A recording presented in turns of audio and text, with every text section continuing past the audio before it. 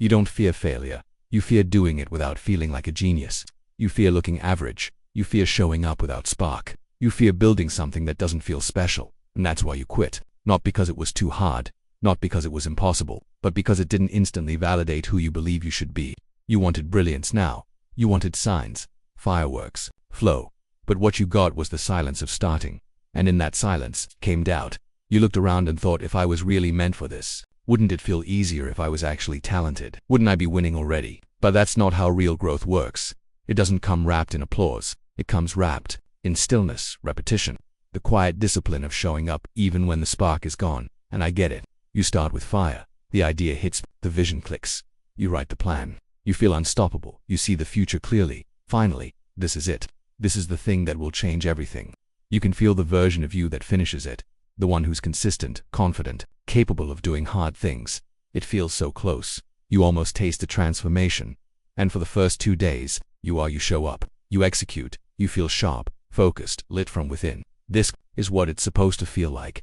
Right, aligned, effortless, flowing. But then the high fades, just slightly. At first, you wake up and don't feel that same electric pull. Your mind starts wandering.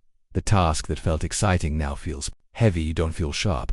The voice in your head returns soft at first, then louder.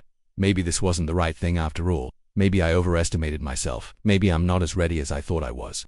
You miss a day. The momentum stutters and suddenly the mountain feels tall again. The clarity blurs. The plan sits in the corner of your desk, untouched. And now what? The guilt sets in. Not loud or dramatic, just dull and persistent. You start avoiding the work, scrolling more, thinking more, convincing yourself you're reevaluating instead of continuing. You disappear, not because you couldn't do it, but because it didn't feel like it was yours anymore. The spark was gone, and you mistook that for a sign, because you think, if I don't feel like a genius, I must not be one. As if struggle cancels out worth, as if difficulty means disqualification. So you vanish, not in one big exit, but in small, quiet choices. One skipped session, one excuse, one more day of nothing. So you sabotage quietly, repeatedly. Not because you're lazy, but because you're addicted to the feeling of being brilliant, and allergic to the moments when you're not. But here's the truth. No one taught you greatness doesn't begin with fire. It begins with friction. With showing up not because you feel like it, but because you said you would.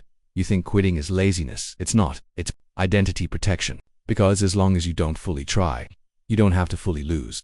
As long as you leave early, you get to preserve the illusion.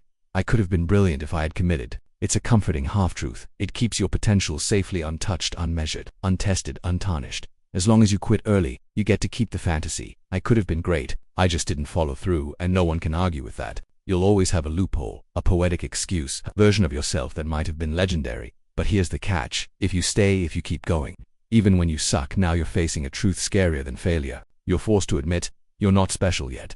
You're not great yet. You're just average for now. And that feels like death to the ego. You might be mediocre before you get good. You might have to stumble in the dark for longer than you want. You might have to make bad work, be misunderstood, be unseen before anything. It starts to click. And your ego hates that. It flinches at anything unpolished. It recoils at every moment you feel small, or slow, or unsure. It doesn't want the process, it wants the pedestal. It wants perfect execution from day one.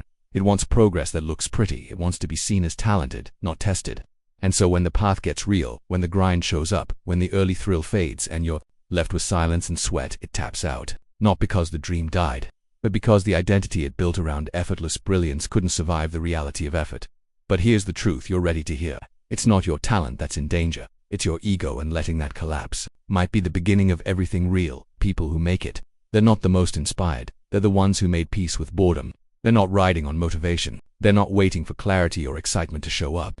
They're not chasing magic. They're building rhythm, because they've realized something most people don't. Success isn't built in sparks. It's built in quiet, dull, unremarkable moments, repeated again and again. They know there's no lightning bolt every day. There are no choirs of angels when you sit down to work. No cinematic breakthrough every morning. Most days, it's just the next small task. No constant motivation. No tidal wave of energy pushing you forward. Just friction, fatigue, and a choice. Will I do it anyway? Just repetition. Just progress in silence. It's showing up when no one's watching. When there are no rewards, no results yet. No reason except the one you already decided. That's the part you avoid. The part where it's slow, uncertain, uncomfortable. You tell yourself you're stuck. You tell yourself something must be wrong. But what you're really feeling is boredom, and you never learned that boredom is part of the process. We've been trained to expect stimulation, constant feedback, constant progress, but real change. It's not loud, it's not exciting, it's invisible until one day. It's not, but that's where transformation hides. In the repetition, in the days you almost gave up but didn't, in the pages you wrote when no one would read them, in the workouts that didn't show for months until suddenly they did. You don't grow because it feels good. Growth doesn't always reward you with a dopamine hit. It rarely feels like a breakthrough. Most of the time, it feels like nothing is happening. You grow because you keep going even when it doesn't, even when the work is flat, even when the results stall, even when your ego begs for something shinier. Because that's the turning point when discipline quietly replaces the need for drama. When you no longer chase the feeling of becoming great, you just do the work that makes it true. You're not a procrastinator, you're just addicted to the version of you that only moves when it feels magical. You've mistaken inertia for identity. You've worn the label lazy, undisciplined, unmotivated, not because it's true, but because it's easier than facing what really holds you back. You only give yourself permission to act when it feels inspired, when the stars align, when the timing feels right and the work feels important. But magic is not a reliable strategy. Waiting for it is just another form of hiding. So, what do you do instead? Here's the shift. Lower the bar. Not your standards, your entry point. Stop trying to start big. Stop trying to impress yourself. Just start. Small, scrappy, quiet. Keep the promise. Not to the world, to yourself. If you said you'd write today, write. If you said you'd move your body, move fast, even if it's clumsy, even if it's short, even if it's not what you envisioned. Because keeping the promise rewires your identity. Every small act becomes proof. I am someone who shows up, even if the work is ugly, especially then. Because that's where most people quit. Right when it stops being shiny and starts being real. Don't chase genius. Chase consistency. Genius is unpredictable. Consistency is a skill. And skill will carry you longer than brilliance ever could. You want to feel proud of yourself. Not in a month. Not in a year. Today. Not because you did something remarkable, but because you did something honest. One day you'll feel like quitting again. That moment will come. The doubt, the heaviness, the voice that says, this isn't working. This isn't worth it. But if you've built a pattern, if you've taught yourself to keep showing up this time, you won't. Because quitting won't feel like relief anymore. It'll feel like betrayal, not to a goal, to you, to the part of you that finally stopped waiting to feel worthy and started acting like you already are.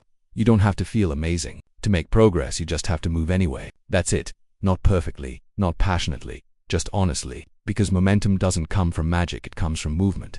Stay in the room, stay with the work.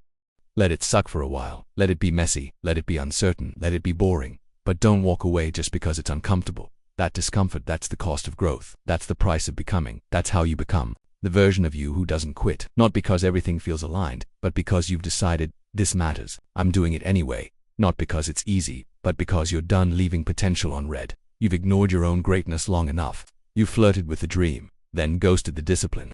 You've waited to feel ready. You've waited to feel worthy, but not anymore. This is the moment you stop negotiating with your old self. This is the quiet start of a louder life. So go, move, begin.